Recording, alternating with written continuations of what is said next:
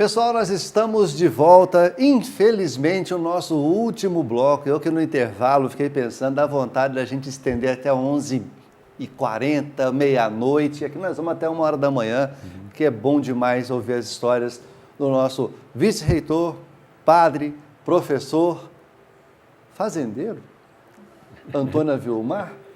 A gente ficou sabendo, tem fontes fidedignas. Sei que você está me ouvindo aí, minha fonte fidedigna, passarinho verde, que me diz que o senhor gosta muito da zona rural, o contato com a fazenda, o senhor tem uma roça, tem umas vaquinhas lá, também planta. Como é que é isso? Acho que essa é uma paixão que vem no sangue, vem originária, né, da minha vida. Então, eu e o meu pai, nós tocamos, de fato, um pequeno sítio, né? Então, essa é uma tentativa que a gente tem de contribuir também com o próprio lugar onde nós vivemos, com a humanidade, né? Então, hoje, nós produzimos leite lá, então, que é uma forma de você contribuir também para a sociedade, né? Então, produzindo um pouco de alimento para as pessoas. Então, acho que isso é uma coisa que minha família faz, a gente faz junto, e é uma vocação da minha família que relembra muito, né, a tradição, a própria vida do meu pai, que é uma pessoa que veio da roça, né, que esteve sempre na roça, trabalhou na roça e que traz essa raiz rural. Então, eu tenho isso muito claro no meu imaginário, né? A roça, a casa de adobe, a casa de pau a pique, né? Inclusive, na minha própria vida, eu adotei esse estilo, né? Na minha ordenação sacerdotal, eu escolhi como cálice para minha ordenação um cálice de argila. Né? Sempre procurei usar objetos de argila, né? Exatamente para mostrar essa proximidade com a terra, proximidade com a nossa cultura, essa proximidade com as nossas raízes, né? Essa proximidade com a nossa vida. Então, eu entendo que a vida no campo é algo fascinante. Por isso eu digo para as pessoas que se eu não fosse padre, com certeza hoje eu seria um agrônomo. Um agrônomo, um engenheiro agrônomo. Adoro a roça, adoro o homem da roça, tenho paixão pela roça. É minha paixão. E por falar nisso, foi só o mais um item, eu vou até ler aqui, porque senão eu vou acabar me confundindo. Mestre em filosofia, doutor em ciências humanas, especialização em história do Brasil, palestrante, ela tem 3 livros escritos, fazendeiro, já viu aí que gosta realmente de uma roça, mas realmente uma ligação sua, que a gente vê, até por esse caminho que o senhor seguiu nos aprendizados, é com relação à justiça social, à defesa das pessoas. Como o senhor trabalha isso, essa busca pela justiça social? Acho que essa pergunta ela é muito importante porque ela me ajuda a rever meu caminho a partir de 3 perspectivas, né? Eu costumo dizer, da igreja eu aprendi toda a sensibilidade religiosa, aprendi toda a sensibilidade política, porque foi dos movimentos sociais, foi das pastorais, que eu aprendi a respeitar, aprendi a ter um carinho, aprendi a ter um amor pelas pessoas mais pobres e as pessoas necessitadas. Da academia, eu aprendi a ter uma visão mais alargada do mundo, alargada da vida, uma visão que me ajuda a fazer uma análise mais compreensiva de todas as coisas, né? Porque eu entendo que a academia, a universidade, ela é o lugar da diversidade, ela é o lugar da pluralidade, ela é o lugar do saber.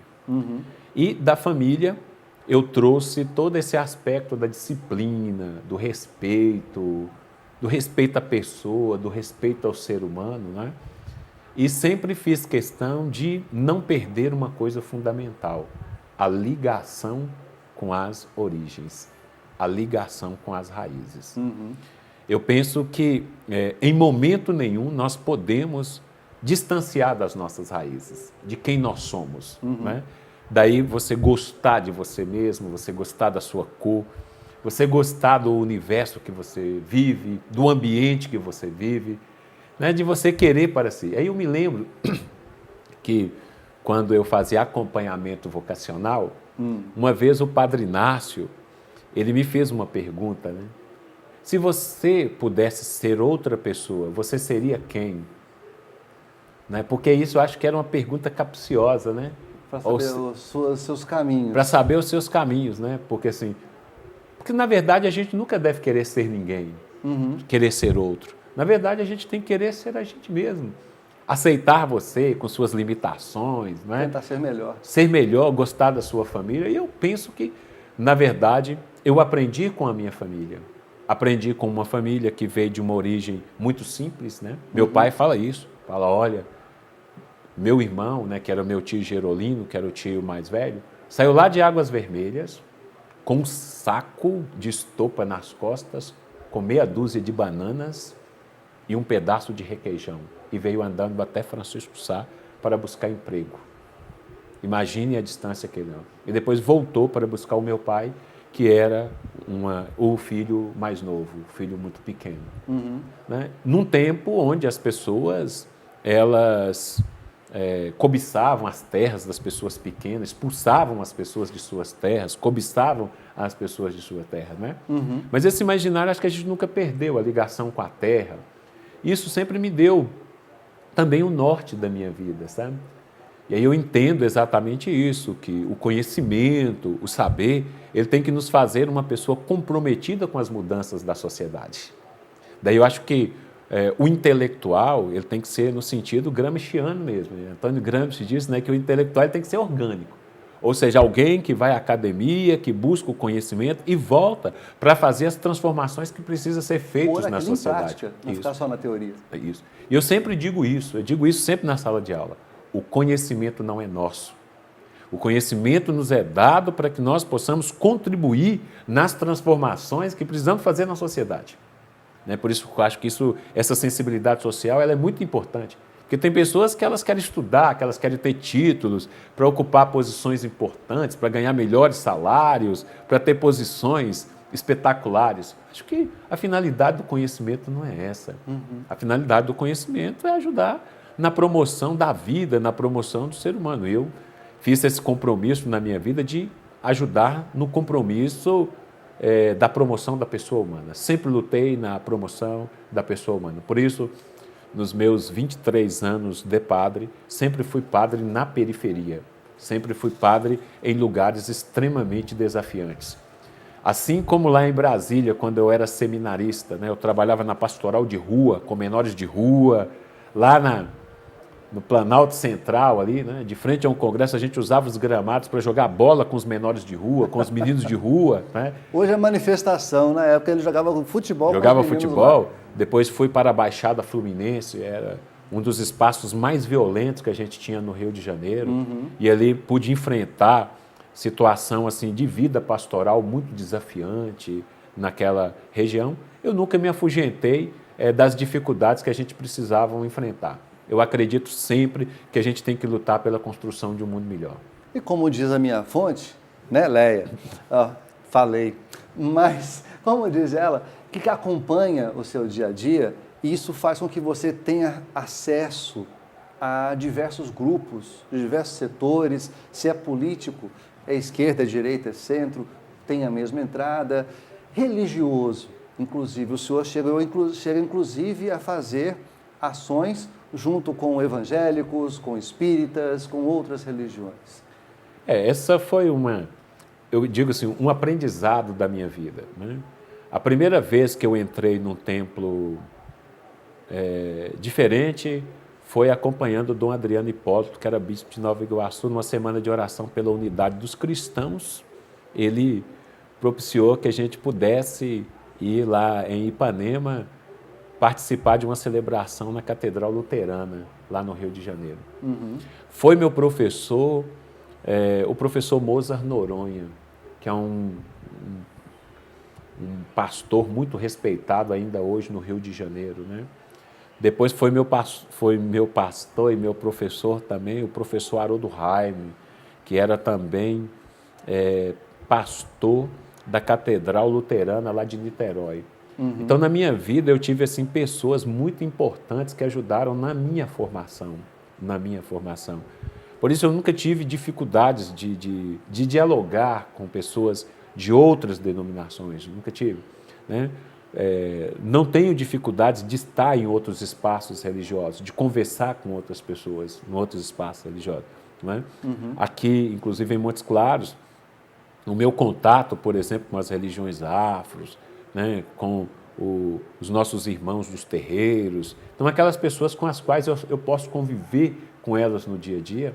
Então, essas experiências, elas são experiências importantíssimas, porque, na verdade, são experiências que nos ajudam a nos tornar pessoas humanas. E mais ainda, para além da religião, eu acho que é importante que a gente compreenda a outra pessoa como ser humano e a respeite como ser humano. Acho que essa é uma questão fundamental. Fui educado para a tolerância, fui educado para o respeito, e isso é muito presente na minha formação, isso é muito presente na minha vida, muito presente na minha vida.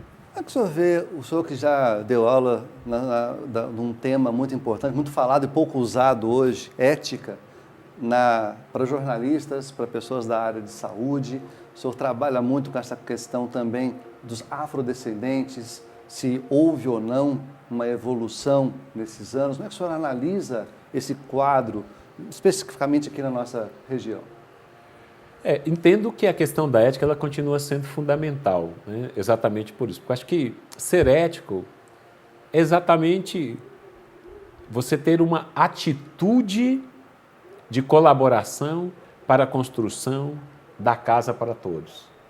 Porque a palavra ethos, ela pode ser escrita com eta e pode ser escrita com epsilon. São duas grafias diferentes, né? O professor Cláudio Henrique Lima Vaz, ele diz que o ethos, ele pode significar a casa, a toca, a morada, onde o bicho se esconde. Ou ethos pode significar também a construção dos nossos valores. Ou seja, ethos, de qualquer maneira, ele nos remete também a oikos, a casa. Então, acho que ser ético significa você trabalhar pela construção de uma casa possível, onde todas as pessoas possam estar debaixo dela. A nossa sociedade ela é antiética, por quê? Porque a nossa sociedade é intolerante, a nossa sociedade ela é excludente, a nossa sociedade é uma sociedade raivosa, é uma sociedade que procura colocar as pessoas para fora do espaço comum, na política, na religião, no mundo da cultura. É uma sociedade vingativa. É uma sociedade que você não sabe trabalhar com diferenças. É uma sociedade que você não sabe trabalhar com opiniões diferentes. Você não sabe trabalhar com posturas diferentes. Então, daí nós perdemos a capacidade de ser éticos e nos tornamos morais. Por isso a nossa sociedade ela é uma sociedade moralista. Então, nós temos hoje o exército dos moralistas, né, presente na sociedade, vigiando, bisbilhotando a vida alheia. E são pessoas que, na verdade, não contribuem em nada para o crescimento da sociedade. E muitas vezes nem éticos são. Isso. E aí você tem uma academia, que é um ambiente de bisbilhoteiros, você tem uma religião, que é um ambiente de bisbilhoteiros, você tem um ambiente de pessoas ressentidas. Essas pessoas são ressentidas, elas não trabalham pela construção da humanidade, do mundo, do espaço onde está. Elas são agentes da vigilância, elas passam vigilando a vida das pessoas o tempo inteiro, fofocando, tentando saber o que você ganha, o que o outro ganha, inconformada com você, inconformada com o carro que você tem, inconformada com a casa que você tem, inconformado com isso. São pessoas doentes, é uma doença. Na verdade, é importante que a gente lute por uma sociedade ética. Uma sociedade onde você construa uma casa, onde todas as pessoas sejam contempladas e tenha espaço dessa mesma casa. Deu para perceber aí que português não é só a única língua que ele fala. Um parênteses rapidinho. Quantas línguas o senhor fala ou lê, pelo menos? Bom, eu consigo ler com facilidade um pouco de grego, um pouco de latim, leio espanhol, leio francês, leio italiano e arranho inglês. Leio francês, não é? Eu procuro fazer esse exercício. Inclusive, eu tenho algumas bíblias lá em casa em algumas línguas. Então, de vez em quando, eu pego um capítulo de um, pego um capítulo de outro, pego um capítulo e vou lendo. Vai treinando. Eu costumo dizer para as pessoas assim, no tempo de seminário, eu costumava... Morei com italianos, morei com franceses, morei com canadenses, morei com italianos, morei com holandeses, morei com africanos, né? Acaba tendo com colombianos, dessas... com paraguaios. Então, quer dizer... Uma ONU. Uma ONU. Então, nós moramos com pessoas de diversas nacionalidades. E às vezes você tinha ali jornais, né? Você tem um jornal em espanhol que você podia pegar e fazer uma leitura. Você tinha um jornal em italiano. Então, isso facilitava muito nossa vida, né? E ajuda muito nossa vida. Eu tinha um colega que ele falava quase que 12 línguas. Meu Deus, mais do que um poliglota. Exatamente. Joaquim Jeová, Aham. lá de Formosa. E como é que ele estudava línguas naquele tempo?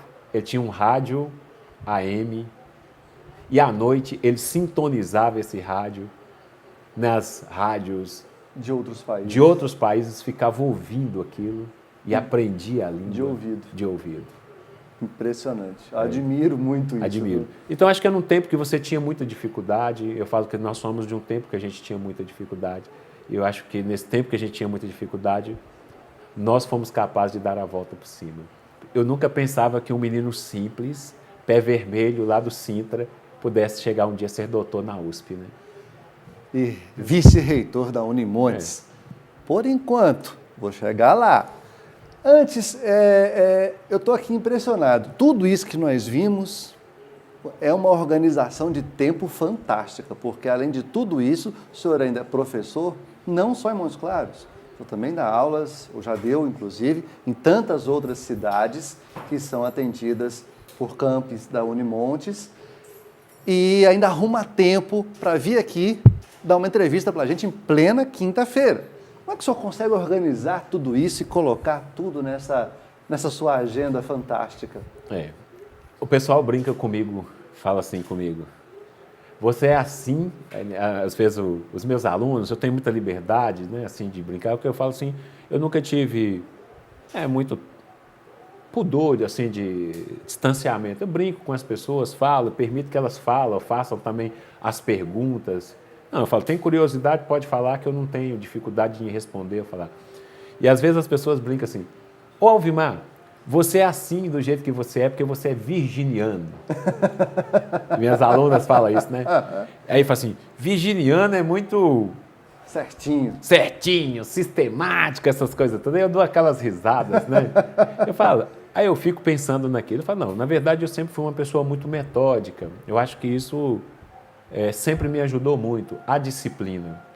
Então, eu tenho minhas coisas, assim, tudo no mesmo lugar. Eu falo assim, quando eu estudava lá na UERJ, na biblioteca, se você me perguntava onde que ficava o livro, eu sabia a prateleira e sabia qual estante que ela estava. Eu não perdia tempo. E hoje, na minha vida, minhas coisas também é muito assim, é muito organizado. Eu sou, chegou, pegou. E aí eu tiro um tempo para poder organizar as demais questões da minha vida. Trabalho muito com a ideia de organização e com a ideia de objetividade de todas as coisas. Eu acho que a gente tem que ser objetivos. Então, algumas coisas eu acho que você não tem que perder tempo com elas, gastar tempo com elas, com algumas questões. A objetividade, ela é fundamental na sua vida. Quem não perdeu tempo, e eu estive lá acompanhando na reunião da Unimontes com a imprensa, foi o reitor João dos Reis Canela, que nesse ano eleitoral já bateu no peito e anunciou: o meu candidato a reitor, para me substituir, é Antônio Avimar. Como é que o senhor recebeu essa declaração pública assim, de estalo? Primeiro com muita surpresa, porque eu não esperava que, na verdade, o reitor fosse fazer um anúncio público, né, desta questão do processo eleitoral na universidade.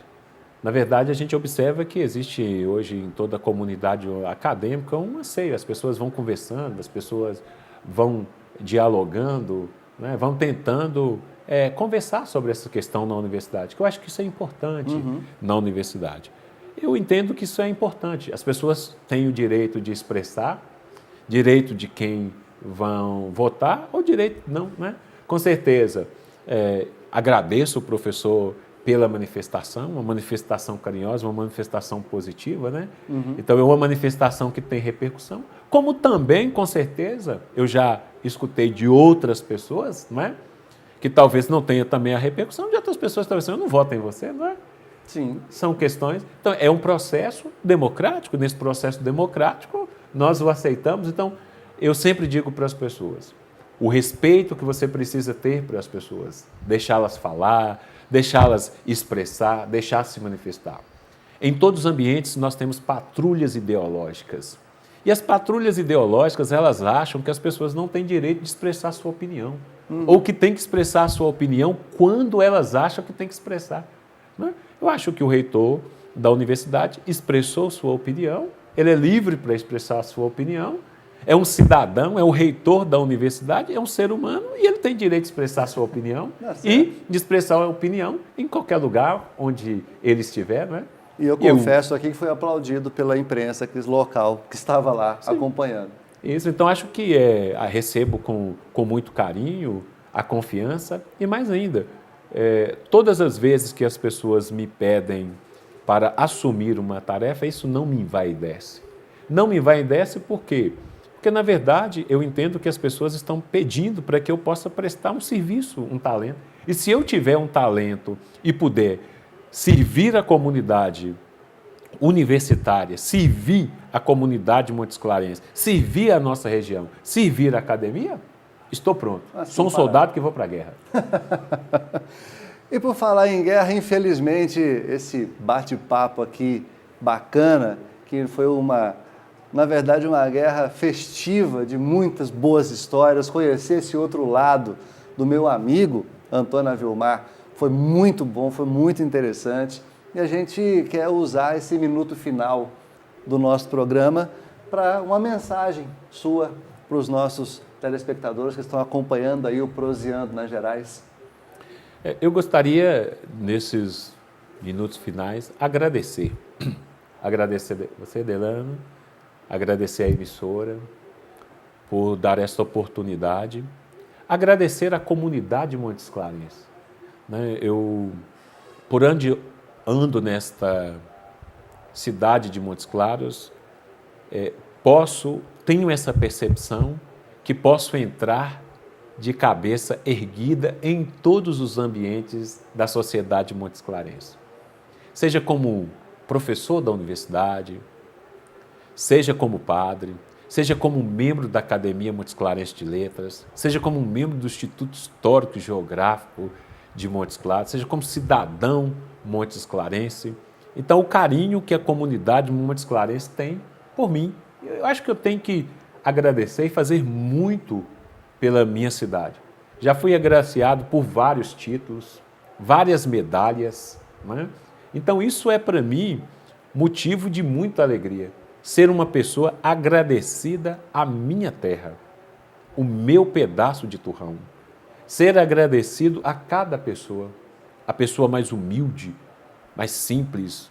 Agradecido, né, às pessoas que lá no mercado pegam na minha mão. Agradecer Dona Marlene, lá no mercado, que todos os sábados fazem, padre, aqui está a sua sacola com sua alface.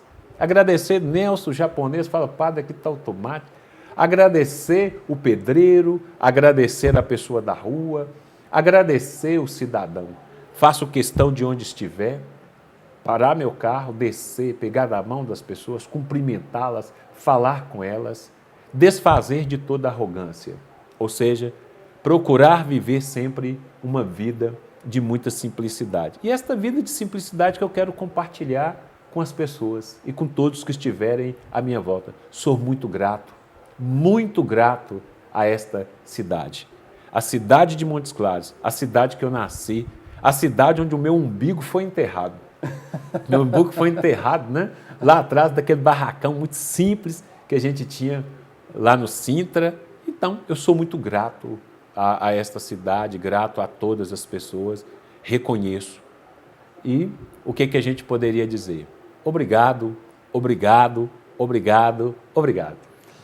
Obrigado pela sua presença, que foi impressionante, foi fantástica, um grande prazer recebê-lo. Muito obrigado por você que aí em casa acompanhou essa nossa prosa durante esse tempo todo. E quinta-feira que vem a gente volta com mais um Proseando nas Gerais. Até lá!